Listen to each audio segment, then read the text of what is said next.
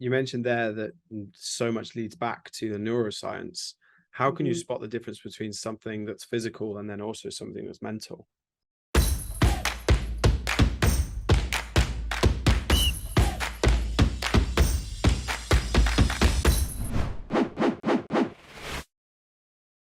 Welcome, everyone, to the main journey, a way for you to join me on a learning journey through life. My name is Samuel Main, and today we welcome Kelly Duffin to the show. Welcome, Kelly. Appreciate you being here. Thank you for having me. I'm excited to be here. Absolutely love it. Kelly, you are qualified as an advanced holistic health practitioner, a personal training specialist, a yoga instructor, a groove facilitator, a Reiki level 2 practitioner, an author, a speaker, health and fitness expert, have very popular socials on TikTok and YouTube. And on top of all of this, the founder of Kick It with Kelly, which is a highly successful coaching business to help people find themselves, reach optimal health, reverse autoimmune diseases, and lose weight. Wow. Yep. In a nutshell, I In a suppose. nutshell. Yeah, just briefly. So I am sure that I've still missed a lot in that, but hopefully the audience can grasp at how incredible you are. Thank you. I appreciate that. I'm glad that you are here. So, first of all, what triggered your desire to becoming so qualified in health, fitness, and so much more? It's funny that I didn't care about being qualified. I already had a career in emergency health services. So I was doing ambulance dispatch and I was quite sick. I was 20 and 21 at the time, and I had PCOS, which is a female hormonal problem big issue, and IBS and panic and anxiety disorder. I had eczema and psoriasis all over my skin and acne, and I was a little bit overweight. And I just kept going to doctors who said, well, we're just going to do half a hysterectomy surgery and we're going to give you these medications. So not really knowing, I went through with it because that's what you do. And then it got worse. And they said, well, now you're depressed and it looks like you might be developing fibromyalgia. And I thought, oh my goodness, stop the bus. And so I booked an appointment with 2 specialists and I asked them, what is causing this in my body? Like, what is making this happen? I didn't really have family history of things. And they said, oh, this is normal. This just happens to some people. And I thought, that was not okay. So I started to just learn into how the human body works together. That was my goal for myself, to feel better. I thought my career was done. Everyone in my family did emergency services. And the more I learned, the more I realized you can't learn it all in one place. And you have to go somewhere for nutrition, somewhere else for the brain, somewhere else even for the gut, aside from that, and all of these different things. And I just became obsessed and fascinated. So Yeah. I started going to official schooling, and I only wanted the official schooling because I just wanted to trust what I was learning. I didn't feel like the internet was a very reliable source. So that led to 8 years of post-secondary education in many different areas. I ended up in the UK for some, in California for some, out to a jungle for some, just learning from a shaman, and oh my gosh, all of these different. So I was stacking up the credentials just by default. And then one day I was at a talk from the founder of the leading holistic health institute that I had gone to. And he walked by and he said, oh, you're going to be a holistic health practitioner, are you? And I said, excuse me? And he was like, well, you have all the credentials. Isn't that what you're doing? And I said, oh, no, I like to learn and I feel really good now after all of this. And then I went home and I thought, you know what? I really liked this. So I started to reach out to people. There were about 5 people that were in my life, in my circle, who had fibromyalgia, MS, type 2 diabetes, and weight loss is always a thing with around everywhere. So I reached out to 5 different people with 5 different challenges on purpose, just to say, I have learned such a variety of info that I know you can't learn in one place, and that I'm probably pretty sure your doctor hasn't told you. So would you do an experiment with me? And if I give you things you could do to help this, would you try it? And can we just see if it works? And they all said yes. And I had developed a system over the years that I just pieced together. So I took them all through this very randomized program that I came up with, and it worked across the board. And I thought, okay, well, I might as well quit my job and open a practice. So I did, and it's just been successful. Yeah. Such an incredible story. Such an Yeah. incredible story. Also, you said we can't learn everything from YouTube and Google and the keyboard warriors. Come on. Right. I love it. Was there, so despite going into all of those different aspects of health, was there any that really stood out to you as being the most powerful or almost like the most important? Yes, there was the mind, the subconscious. That was unbelievable. Every single thing that I learned always led back to that. And so that became another obsession, and I'm still actually learning. I never stop. I'm not doing any university right now, but I'm just learning and taking different courses and learning as much as I can. And the brain is so fascinating. If I could go back, or maybe I will still, I would be a neuroscientist. Honestly, it's fascinating. And it's amazing because your subconscious directs your nervous system, which directs your hormonal system, which really runs your body. So all these weight loss things out there and these different things that, diet and exercise and all of that, no one's really touching on the subconscious, which I think is just fascinating. And then beyond that, pre and postnatal development. So what happens inside the womb and in your first year of life is pretty amazing with how it impacts the rest of life too. Wow, so powerful. Really, really interesting. So you mentioned there that so much leads back to the neuroscience. How can you spot the difference between something that's physical and then also something that's mental? I think there's always a mental aspect. Not necessarily does it start in the mental sphere. More often than not, it does. But regardless, there are very simple principles. I wouldn't necessarily say easy, but simple. So you know how you could see a potted plant and there'll be a little card in the soil that has a list of instructions. Humans are much the same. And there are 6 things only that if those are touched on all together and they're customized to the individual and balanced to at least 80% in their overall life, their body will self-correct physically. So then we go into the mental aspect, because then we've got the physical going and we dive into the mental, and it's kind of a holistic approach that way. Wow, love that. So naturally for me, I'm like, what are those 6? So thinking, subconscious, obviously, the breathing pattern, which governs the nervous system, because the nervous system, it's only have 2 branches. So on one side, sympathetic fight or flight stress, and on the other side, rest and repair. And that's where weight loss lives as well for everyone that is concerned with that. And so really balancing those out. If your breathing pattern isn't correct, it's like pushing a donkey up a hill to get to your goal. So breathing is next, and then movement, and then sleeping, nutrition, and hydration in the body, or the fluid balance in the body. So most people run at like, we're not really taught all of this. There's nowhere that teaches us this. So we know about diet, and a lot of people know diet. And so they go towards that, but thinking, breathing, moving, and sleep, that's so important to make diet work. So those are the 6. Yeah. If we had a card in our soil, it would have those on it. Yeah. So interesting. So when you mention thinking, can you expand on what you mean by specifically that one for me? So our subconscious starts forming when we're still in the womb before we're born, and we get hormonal impulses from the mother into the fetus that kind of set up how our subconscious begins.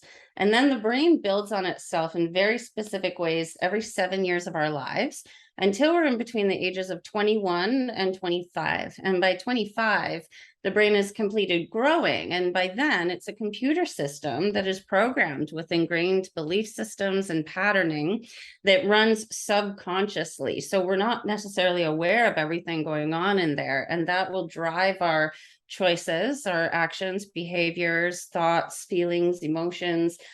And we have over 70,000 thoughts a day, and 90 of them are subconscious. And those are the ones that are going to drive the show. So we have to get in there and learn what those are and help sort the challenge. Yeah, they're determining most things that you're doing in your day. So you mentioned there up until 25, it's growing, it's changing, and then ultimately it becomes a program. So how can you unlearn this program, or how can you reprogram? I'm not sure how you would word that. Yeah, it's really just getting, I just say it's almost like being a mechanic and just getting in and pulling things out and plugging them in other places. But what I do is I assess the person very closely. So I'll speak to them for quite a while, maybe an hour and a half, and then I will send them a bunch of paperwork to fill out, and that will give me really good ideas on, what have they gone through between the ages of 0 to 7? What did their mother go through anyway before they were born, and then 0 to 7, and then what happened in their lives from 7 to 14 and 14 to 21. And then I go to 21, 25, and then I start to trace those back with them, and we talk about it and we see what's kind of going on there. And then I learn how they operate based on that. So we could go through the exact same thing in our lives, but we're going to have different perceptions and different ways that we, run ourselves after that.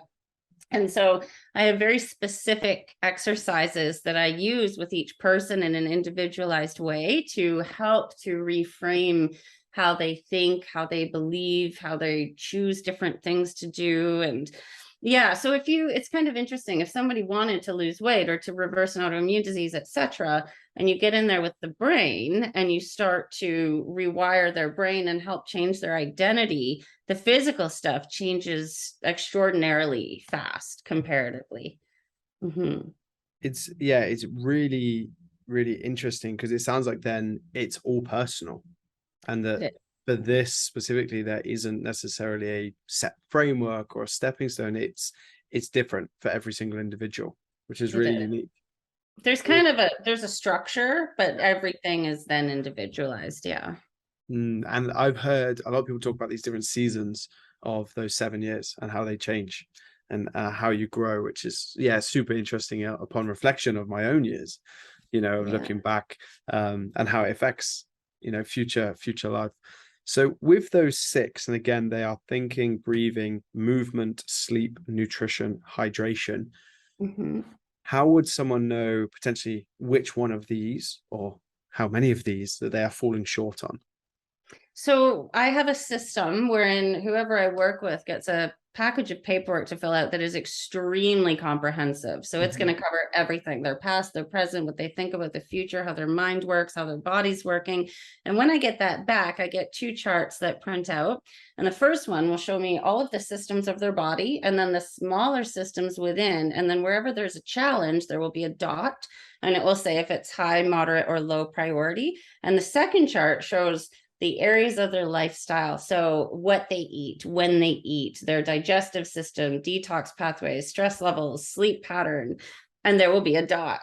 Yeah. And so I can look at that and correlate it to their challenges in the body. And then I figure out, okay, so this person could be 2 people with the same things going on physically, but this person needs to work on what they're eating. And this person, it's the stress that's driving everything. And yeah, so that's kind of how I assess each person. Really cool. Super unique as well. Yeah. It's, like you say, very comprehensive, which is great. It's what the health and fitness industry needs, is that higher level of service, that higher standard program, which is great to see. Yeah. Do you see any patterns, or is there one of these 6 that sticks out as the most common mistake, or one that's lacking?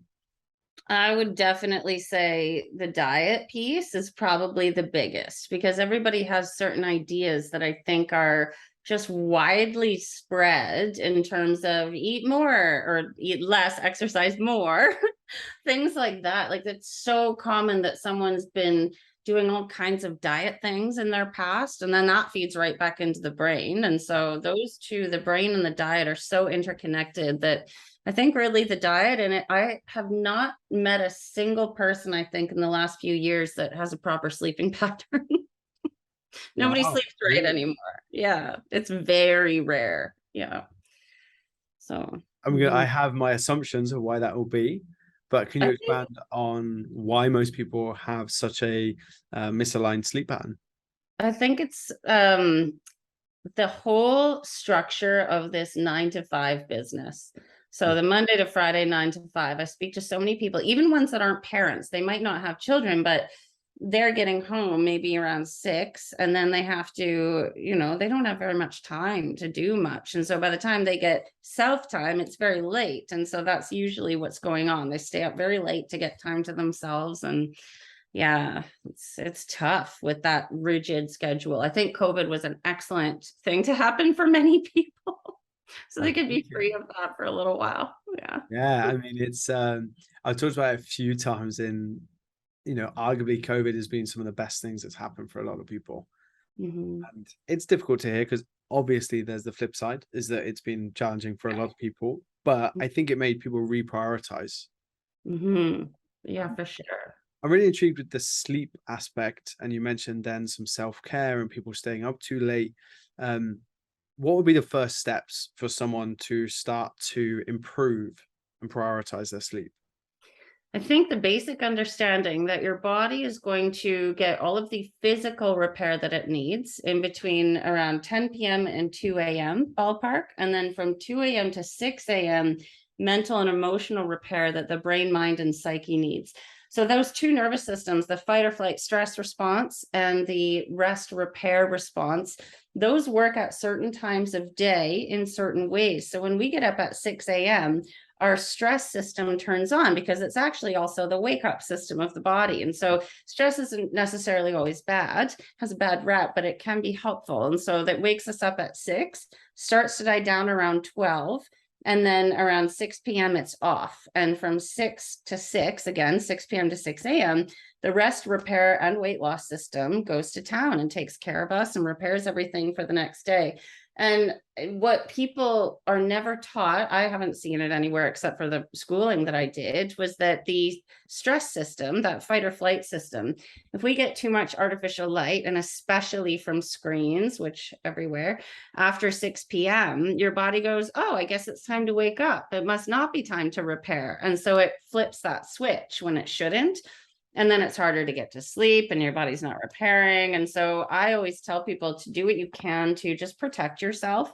Like I'm very honest, and I don't avoid all screens after 6. There's TV and there's my computer and the phone and all these things, right? But I'll try to limit it. Inside the devices, there is a setting to stop it emitting blue light, which triggers that stress response. There are blue light glasses that are a dime a dozen these days on Amazon. They've got blue light blocking light bulbs and lamps. And so I'll just tell someone to breathe properly for relaxation. So through the nose and into the low belly, and to try to protect themselves from that screen light or artificial light in their home after 6. And then your body will naturally reset itself to want to go to sleep. Love it.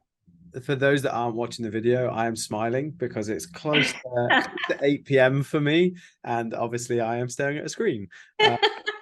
That's common practice for me to be putting in those hours at the moment. But yeah, it's something for me to work on. I'm really intrigued.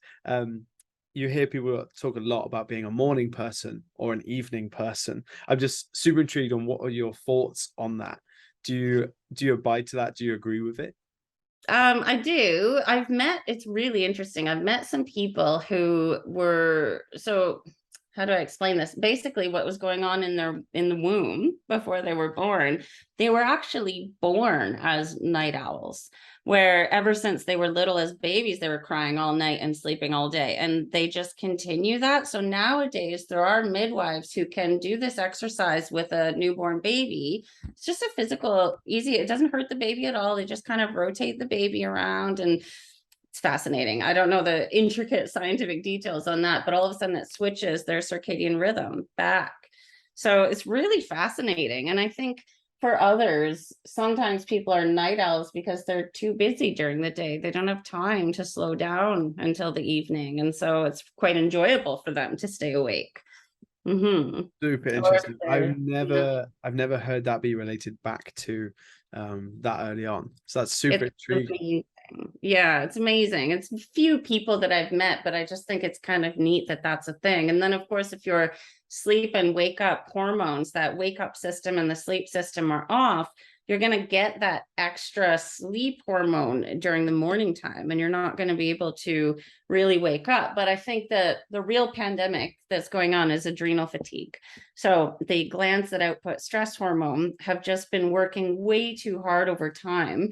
And it's due to our lifestyle. We have that artificial light and screens after 6. So your adrenal glands put out more stress hormone just automatically, different things in our lives that are doing this in the modern day. And when you have adrenal fatigue, it's hard to get to sleep at night, and it's very hard to wake up in the morning. And that's a lot of people. Yeah. Mm. Yeah. The adrenal fatigue, and like I refer to that almost the same as like burnout, complete exhaustion. Yeah. What are the starting steps for someone to change from that burnout and to start making progress? I would say that the key factors of turning on that rest repair system of the body. So a lot of people, they don't realize it, but they're just breathing up into their chest, and they mouth breathe mostly rather than through their nose. And you have little things in your nostrils called turbinates that when the oxygen passes over them, they activate that rest repair system of the body. So slowing down and breathing in through your nose, and then breathing into the low belly. So a lot of people are just breathing into their chest. I was the worst for that. It took me a while to reprogram it, but when you're breathing up into your chest, your neck and shoulder muscles get triggered every time you take a breath. And those muscles are hardwired into the stress system of the body. So with every breath, they're suppressing the repair system and turning on that stress system. So it's quite easy to reprogram this. It takes about 2 months of consistent practice. I had Post-it notes all over my house that just said breathe. And every time I saw one, I would think, oh, right. And I would breathe in through my nose and into the belly until I forgot. And then in about 2 months, your nervous system will pick it up again. Love that. Love that. Great start. So with your extensive knowledge on this stuff, what are your thoughts on the Wim Hof breathing and the exercises that he goes through, and even so the ice therapy, I suppose you can call it? I think he's fascinating. Everything that I have seen of his checks out information wise. It's all legit. Everything that I've seen. The freezing cold showers, it's funny because I know how that helps to reset the nervous system. It really does help to shock the nervous system, but I like creature comforts, and it's next to impossible to do. But I ended up in the jungle, as I said, in between the Dominican and Haiti, learning from shamans and whatnot, and there was no such thing as hot water. And so I thought, well, perfect time to try it. And it's amazing. After maybe the 3rd day, already on the 1st day, you feel amazing. And the 3rd day, I just felt like superhuman. And the breathing too. He knows his stuff, and it's pretty good, but you just need some discipline, I guess, to get in a cold shower. I love that. Love that. It's really cool that you led with the research plays out. It's amazing. Yeah. It's hard to find legitimate info out there these days. It's a lot of it is skewed, and a lot of people say, oh, well, there's studies though that say this. So I would urge anybody, if you're seeing a study, just look at the source, who funded it. Yes. I actually seen that whilst I was at university. Was someone was doing a study on the impact of I can't remember the exact company. It was either Lucasade or Gatorade, these electrolyte sports drinks, and the participants were being paid by that company. And it was just, for me, it just voided so many different articles that I've read in the years. So super, super interesting. I'm really glad that you actually brought back up the shaman and delving into this. I've only had a little bit of exposure to this. And also, when you were going through your qualifications, it seems like you got into this quite early. And from the people that I've spoken to, they normally get super qualified and understand all the science, and then gradually lead towards understanding energy and working with shamans and chakras and so much more. It sounds like that happened for you quite early on. It did very early. I would say that happened even before I started the official schooling. I think I was just learning how the body works, and I was researching. I hadn't even gone to official school yet. And I learned about the chakra system and what that is and how it works. And then that led me to unbiased research on it. And then, of course, holistic health school teaches you all of it. Mhm. So I actually took a course in university called Integrative Health Sciences, which is just a fancy way of saying, where does westernized allopathic medicine, where does that meet the woohoo stuff, as it were, as people Yeah. say?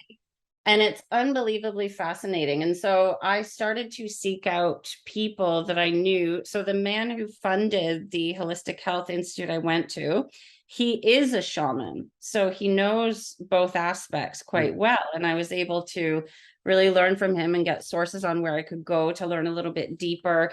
And I think it's just really sad sometimes how some of the most brilliant teachers, they don't really have credentials because they're shamans in jungles. They don't have official government regulated credentials, but they know amazing things and they can do amazing things. And so I think it's just a really neat layer to have in there involved. So I've gone to see a few in different places and learn some things. And it's interesting how whatever they do in whatever strange ways, it always checks out with the way that we do things. That's not the medication way, and I'm not knocking medication. I think there's an excellent place for it.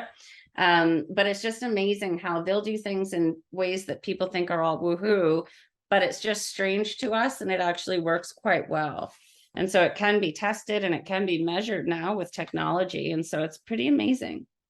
It's really interesting because it seems you have this perfect combination of both the science understanding and, you know, heavily leaned into that, but then also open to the shaman and the chakras and going through that process. And that's not very common.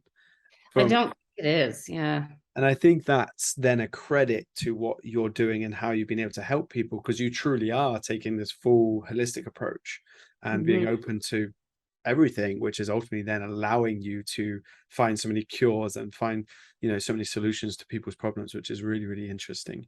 When it comes to shamans, to chakras and going through that process, I'm still relatively new to it. Where would be the first like recommendation to go and learn more? I would say just look into the chakra system first. And there are lots of places you can go. Everything I've seen online about the chakra system is across the board the same. I've never really seen anything that's incorrect about that, based on what I've learned from holistic health. And so the chakra system, it's very real, it's measurable by science, and it's different energy centers around the body. So our body is vibration and it can be measured. And so around every major gland, which goes down the body, every major gland all the way down the body from the brain to down there, they've all got very thick vibration around them, and they all vibrate at different frequencies that are measurable. And so it's been shown that things like a tumor, a cancerous tumor, will show up in the energy center vibrationally on average 2 years before it shows up physically in the body. So a basic understanding of the chakra system can help someone huge. Yeah, it's amazing. And this ties in quite heavily to is it Reiki? Yes. Yeah. Right. I've had one Reiki session whilst I was in the States at the start of this year, when I'd done a little road trip out there and went to a few business masterminds, and it was actually an incredible experience. I've got to admit, it was. I want to say, if I was truly honest, it was awkward at the start. And it was like, and I couldn't contemplate, how is this going to help? There's no physical touch during Reiki. You kind of, for me, I led down, shut my eyes, and was asked a few questions. But then before I knew it, we were talking about some childhood trauma. We were talking about some challenges. We're talking about these in-depth, really confronting things. And I left that session with a very clear action plan of what to do. And subsequently, that has then changed my direction and changed conversations that I've had and made me feel so much better. But it's like, I come too from a science background in my degree, so then my exposure to this has been really, really interesting. But I would recommend to people to explore it. Yeah, it's amazing. And the reason I'm very much into science is I'm a skeptic. Yeah. And so when something fascinates me, like the chakra system, I think, okay, well, prove it then. I'm going to go find proof. And so I learned the science behind it and see where it checks out and can you measure it? And of course, some things I think aren't right there yet in terms of technology, but technology has come a long way. Mhm.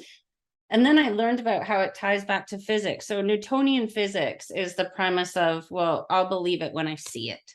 And that came out hundreds and hundreds of years ago. And quantum physics then came out after. And quantum physics is, well, you'll see it when you believe it.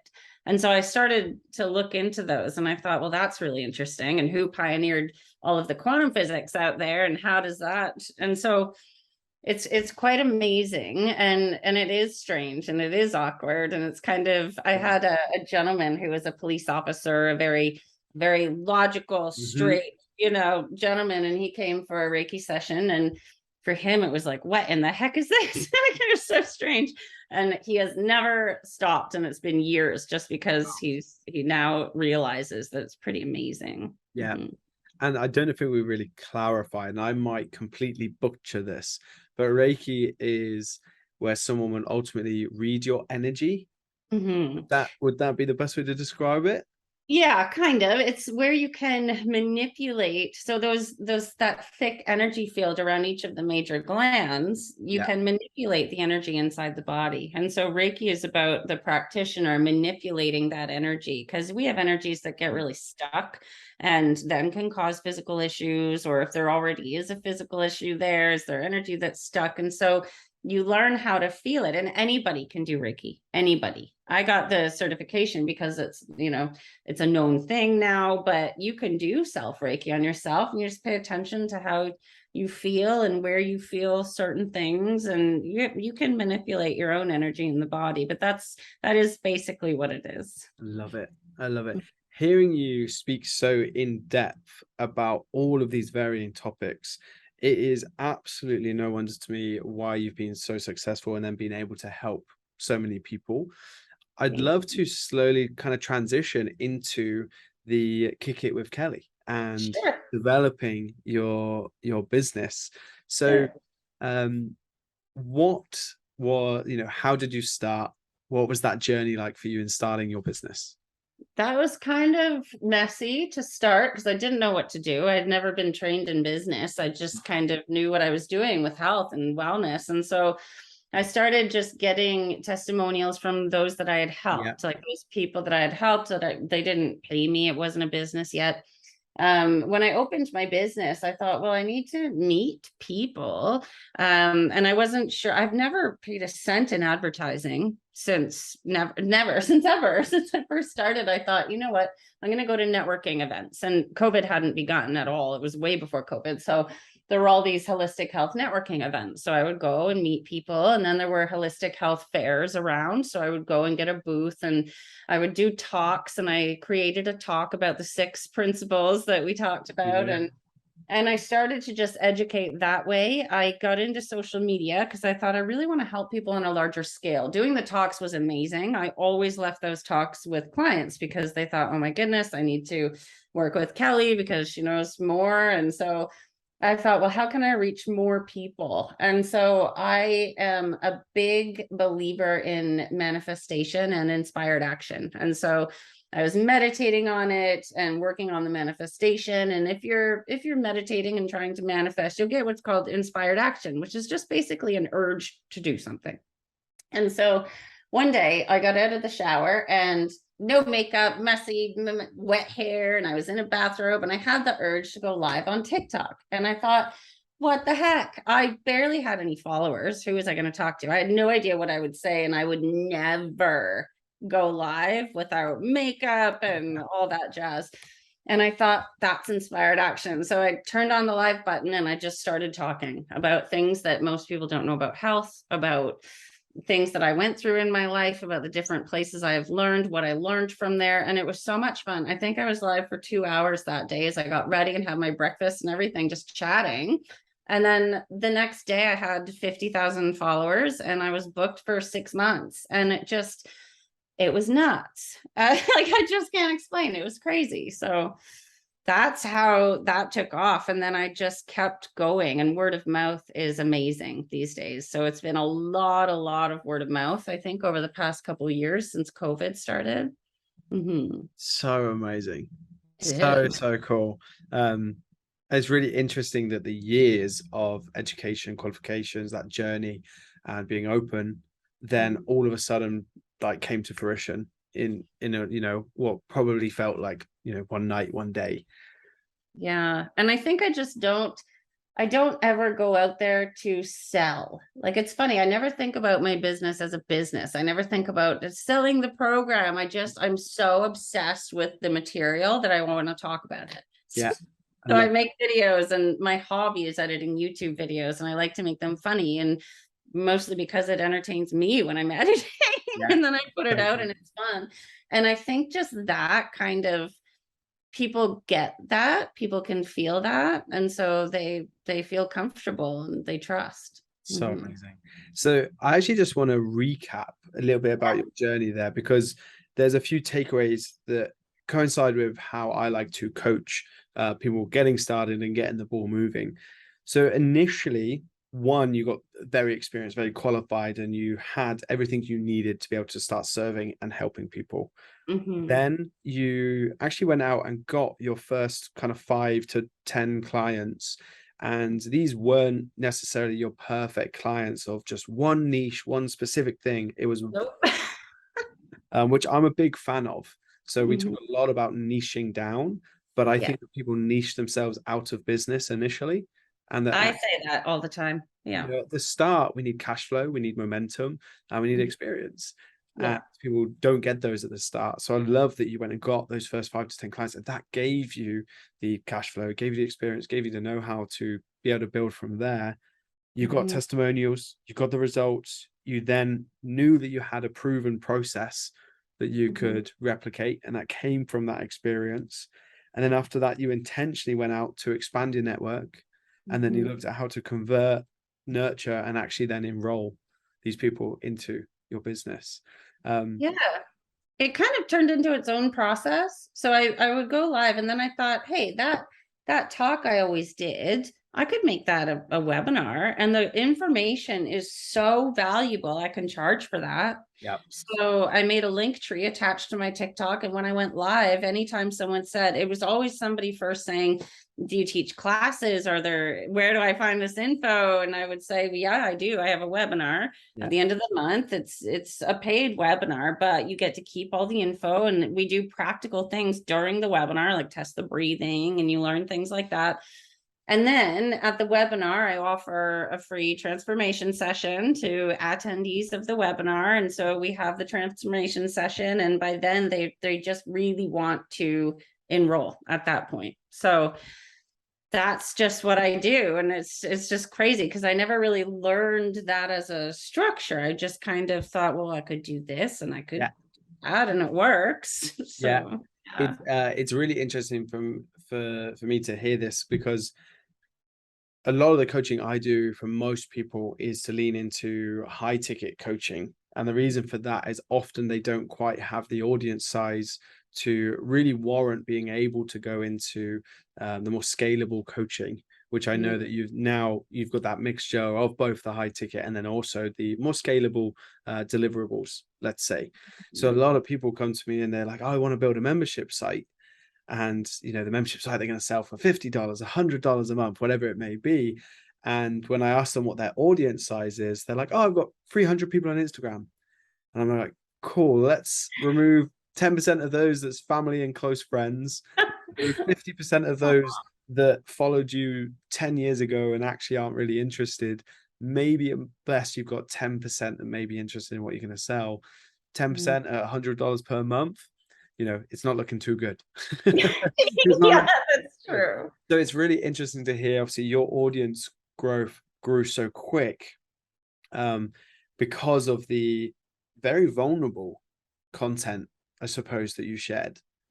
Yeah, and I notice out there, I have a lot of people that ask me, because it got quite successful. So it was noticeable from people, and they would say, how are you doing this? And I had a little coaching from you back during COVID, and that's where I learned about how I was seriously undervaluing myself at first. And I think I just had this belief of, well, what, no one's going to pay that. Why? Because I was too afraid to spend that money, you know? So then I just thought, no, this is worth everything to someone. Like, this is their life, and life is only as good as we feel. And so anyway, that taught me, okay, I can aim higher and I can sell high ticket. And I don't even think the audience amount mattered so much, but I wasn't trying to market. And I think that's where the difference is. If you're putting ads out and people go to check, because that's what I would do. If I saw an intriguing ad, I would go look and see, how many people follow them. And if I saw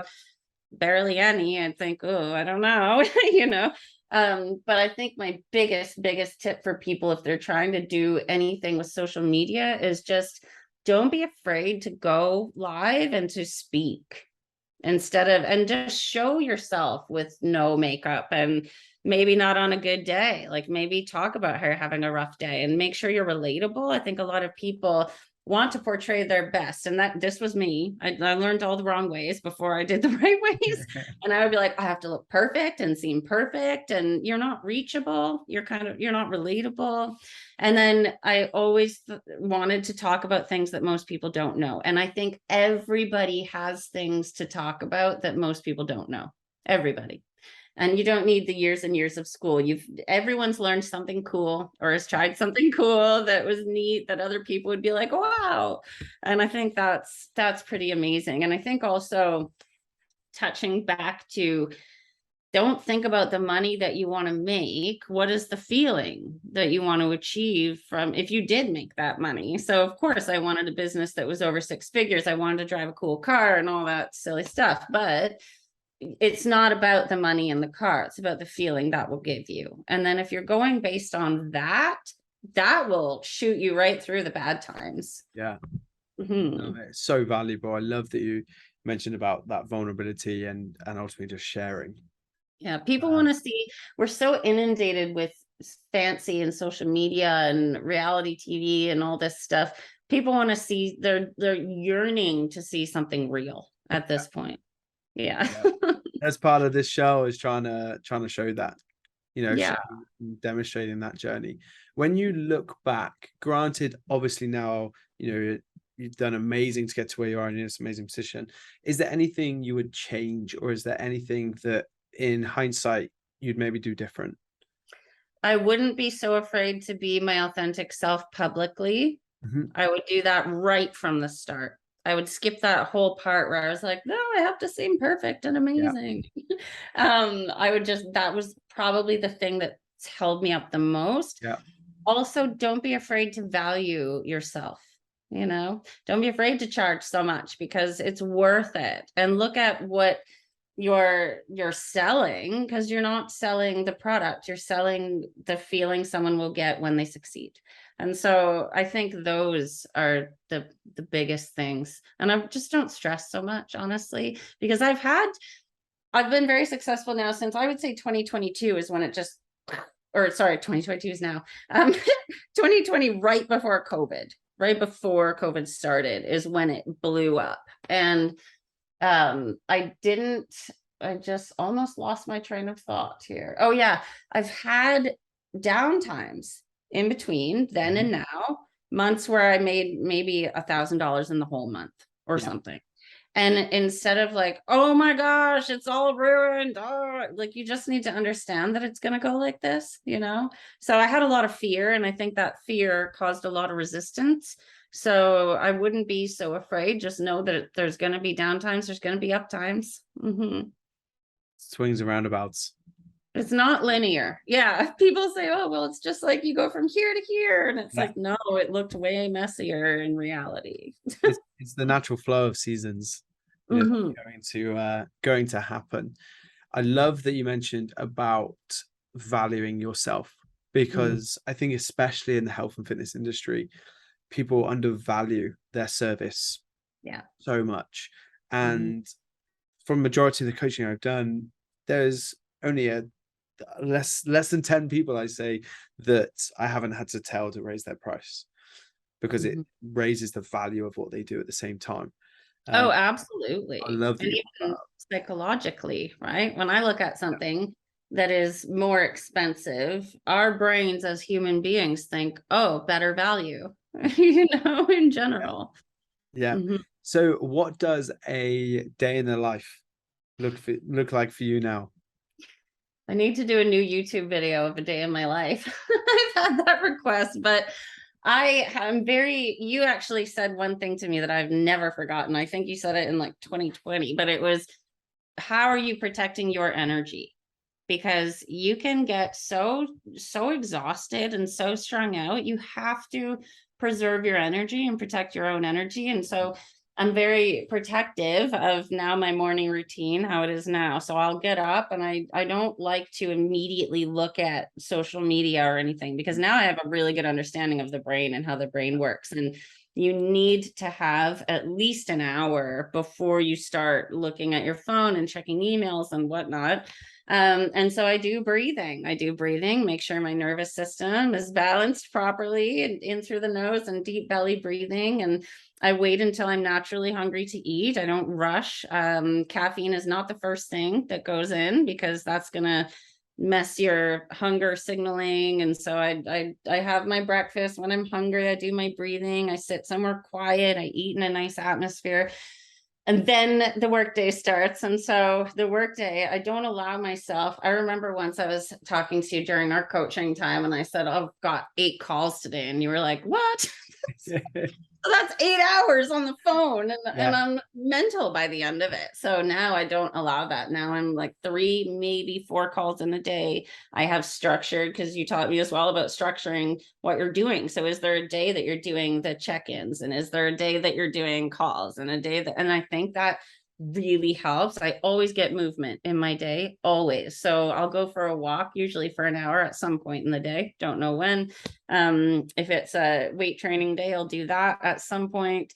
I try to follow the hours that are best for my body. So, it's not good to exercise in the late evening. So I'll try to exercise earlier in the day, and I just time block things. And when it comes to the end of the workday, it's the end of the workday, laptop closes. That's it. I don't allow myself to linger and, oh, I'm going to check email one more time just in case, and make healthy dinner and eat in another calming atmosphere. And then the evening routine is very healthy. So I like to meditate, stretch. I do very calming things, because I don't want all the artificial light from everything. So, and another thing that is so important for health that most people wouldn't realize how important it is creative self-expression.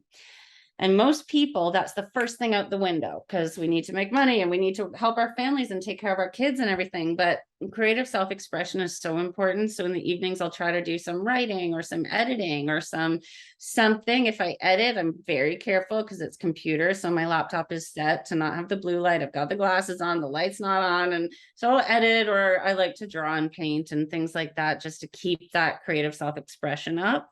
And then before bed, more meditation, and then I go to sleep. Love it. I love it. It's I fun, love yeah. how much you prioritize the energy It's aspect, huge. and that's Yeah. self-care. And it's something I have discussed a lot, because a lot of I call them like solopreneurs that I work alongside. If you're the only person in your business is therefore dependent on your health and your energy. Yeah. So if your energy is down, your health is down, your business is not going to be successful. It is, or if it is, it's not going to last. It's not going to be sustainable. So I No, love that emphasis you've put on energy and ultimately your health, because then you can play this long game. And if we play the game long enough, you win. You it's win. true. It's Um, true. And I remember the encouragement of like, why not charge what you're actually worth and work with less people, mhm. and just work more in depth with the ones that want to work with you. And it's not about how many clients could I get, it's how can I serve the clients I have in the best way. And I've listened to the calls that I did, because I record them, when I was doing 8 calls a day. Yeah, And I've listened to the ones I do now, and it's remarkably different. And then that draws more yeah. to you. So it's funny. It's like the counterintuitive things actually work the best. Yeah, I I love think. that. I've been I think I brought this up before, but I've been targeted by some Facebook ads recently, and it's like, do you want a calendar full of sales calls? And I'm like, absolutely not. Yeah. Like the last thing, That's the last thing I want. But always makes me laugh. I have a question for you, and this is a question I ask everyone that comes onto the show. And the question is, what advice would your future self give you in this current moment? That's good. It would be to still not worry, because I won't lie. Sometimes when I do have a down month, I still have a little bit of like, oh, is this gonna, what's happening? And then it always flies. It always picks back up. So I would say just stop worrying, keep working on health, because I do have weeks that get busy, and I will put aside, like I always tell my clients, make things like your creative self-expression and your meditation a non-negotiable. And then I'll have an influx. And so I'll have a very busy week. And then I'll notice I'm meditating for 5 minutes and then I'm done. And I'm like, no, that's not going to help things. So I think just stick with it and just care about myself still, and don't worry so much. I think just we worry and we stress about things that are not, like, we don't know the future. We don't know a minute from now. The brain can only go on the known. And so just allow yourself to, oh, I think actually the biggest thing, I actually learned this somewhat recently, but I heard a quote where someone said, are you enjoying your current manifestation? So everything that you have right now, you wanted at some point. And if somebody could go back to a few years ago, me, and so I catch myself and I tell myself, my future self is looking at now, like I put myself in that mindset, and somebody told me the business I would have, and even the silly little things like the car or whatever, like superficial, but the relationships that I have now, the health that I have, I would just cry, because it would be like winning the lottery. But we're always so much onto the next all the time as goal-oriented beings. So I think that's definitely the biggest thing I would tell my now self from future. Just sit in this and really enjoy it. Love that. So much value. So much value. I Mhm. want to express my gratitude for you in joining me. This has been amazing. So much value. And I can just, again, I can just see why you've been so successful. And I think I'm excited to see that continue. I'm expecting lots of people that are going to be interested in learning more about you, learning more about your programs, and also, where they can follow you. All of your socials are going to be down below in the description of this video. But Okay. is there somewhere that would be the best place for them to go and learn more about you? I would definitely say YouTube has got the most. I think that's where you get the most in-depth information. There's a lot, especially the older videos. So I think I started that channel in 2018. There's a lot of videos, but the older ones have incredible value of just all of the knowledge I was learning and sharing, and TikTok as well. Instagram maybe not so much, but YouTube and TikTok, those are the most prominent, I think. Love Mhm. it. Love it. Well, again, thank you so much for coming on the show. This has been so much fun, and I've taken a lot away from this as well. So I appreciate you being here. I'm so grateful. Anytime I can share anything, I'm there. So I really appreciate it. It was fun. And yeah, I look forward to seeing it later again. My name is Samuel Main, and I truly hope that you've got value from today's video. If you have, please do hit like and subscribe down below, and I'll see you in the video tomorrow.